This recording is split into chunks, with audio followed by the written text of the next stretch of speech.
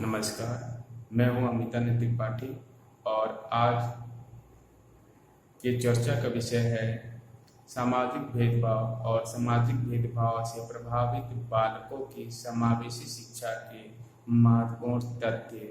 तो आइए पहले हम जाने सामाजिक भेदभाव से हम क्या समझते हैं। भेदभाव मनुष्य होने की गुणवत्ता पर प्रश्न चिन्ह लगाता है, क्योंकि रंग, जाति, प्रजाति या सब समाज में रहने वाले व्यक्तियों के बनाए गए अपने दायरे हैं। इन दायरों से उठकर सिर्फ सोचा ही नहीं जाएगा, बल्कि ठोस कदम भी उठाया जाएगा, तभी समावेशन संभव है। केवल शारीरिक या मानसिक रूप से कमी होने पर या जाति, धर्म आदि के नाम पर किसी व्यक्ति या वर्ग को अलग कर देना उचित नहीं है।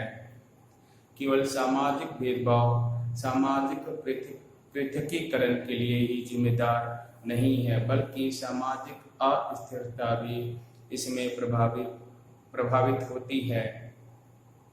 यदि समूहों अथवा व्यक्तियों का अलग अलग आधार पर शोषण किया गया तो वह सबके सामने आ जाता है। जैसे उदाहरण के लिए किन्नर या किन्नरों का समूह भी ऐसे व्यक्तियों का समूह है जो कि दीर्घकाल से अपने अस्तित्व की लड़ाई लड़ रहा है, क्योंकि समाज में उन्हें उनकी शारीरिक कमियों की वजह से उन व्यक्तियों के योग्य नहीं समझा जो कि बुद्धिजीवी कहला सके, और आज सदियों से शोषण के सहने व शिक्षा के अधिकार से वंचित रहने के बाद कहीं जाकर अब वह अपनी पहचान बना पाए हैं।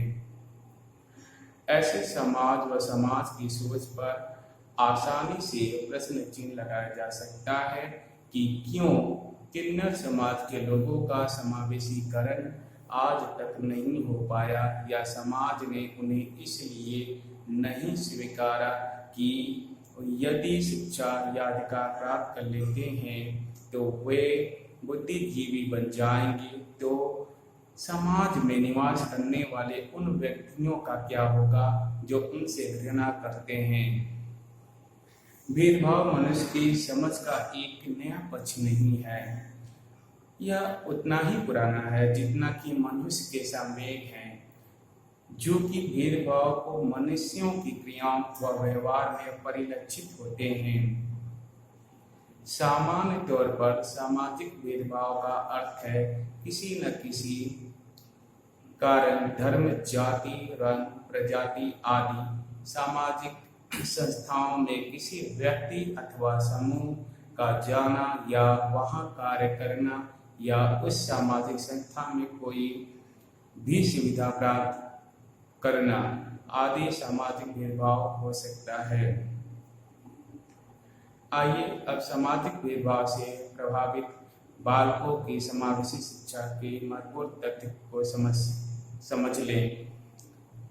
इस पर पहला पॉइंट बनेगा, समावेशीकरण केवल शारीरिक निर्योग्यता या मानसिक निर्योग्यता से पीड़ित या प्रभावित बालकों की समावेशी शिक्षा तक ही सीमित नहीं है, बल्कि इसमें सामाजिक भेदभाव के कारण शिक्षा के अधिकार से दूर रह जाने वाले बालक भी आ जाते हैं।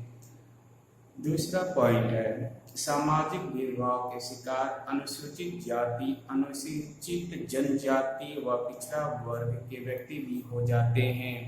तीसरा पॉइंट, इन सभी का समावेशन सामाजिक भेदभाव को खत्म कर देने में सहायक होगा। समावेशीकरण के लिए इन्हें सामाजिक स्थलों, शैक्षिक संस्थानों पर स्वतंत्रता से आने जाने की अनुमति दे देनी चाहिए। इसके अलावा सामाजिक सुविधाओं का लाभ उठाने का अवसर देना होगा।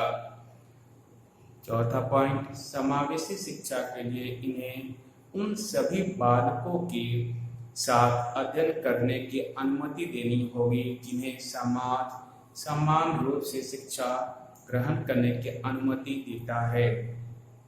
5वां पॉइंट, समाज से भेदभाव के कारण अलग हुए तबकों को मुफ्त किताबें, कपड़े और आवश्यकता पड़ने पर खाना की व्यवस्था सरकार की सहमति से सरकारी या गैर सरकारी विद्यालयों में कराई जा सकती है।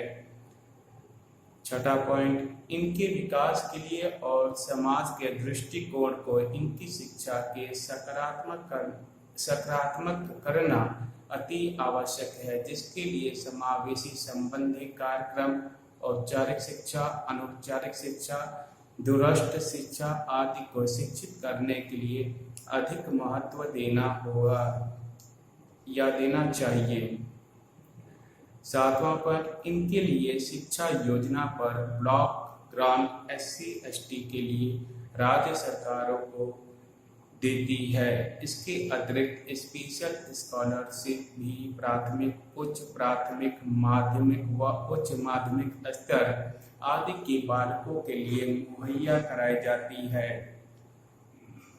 8वां पॉइंट, आवासीय विद्यालयों की सुविधा या विद्यालयों के अंतर्गत सुविधा भी इन बालकों को दी जाने की योजना है। 9वां पॉइंट, विद्यालयों को ऐसे स्थान पर खोले जाने की घोषणा है जहां शिक्षा के प्रचार व प्रसार का अभी तक कोई माध्यम नहीं है। तो इस प्रकार हम यह समझ सकते हैं कि सामाजिक भेदभाव क्या है और इससे प्रभावित बालकों की समावेशी शिक्षा के कौन कौन से महत्वपूर्ण तथ्य हैं। नमस्कार।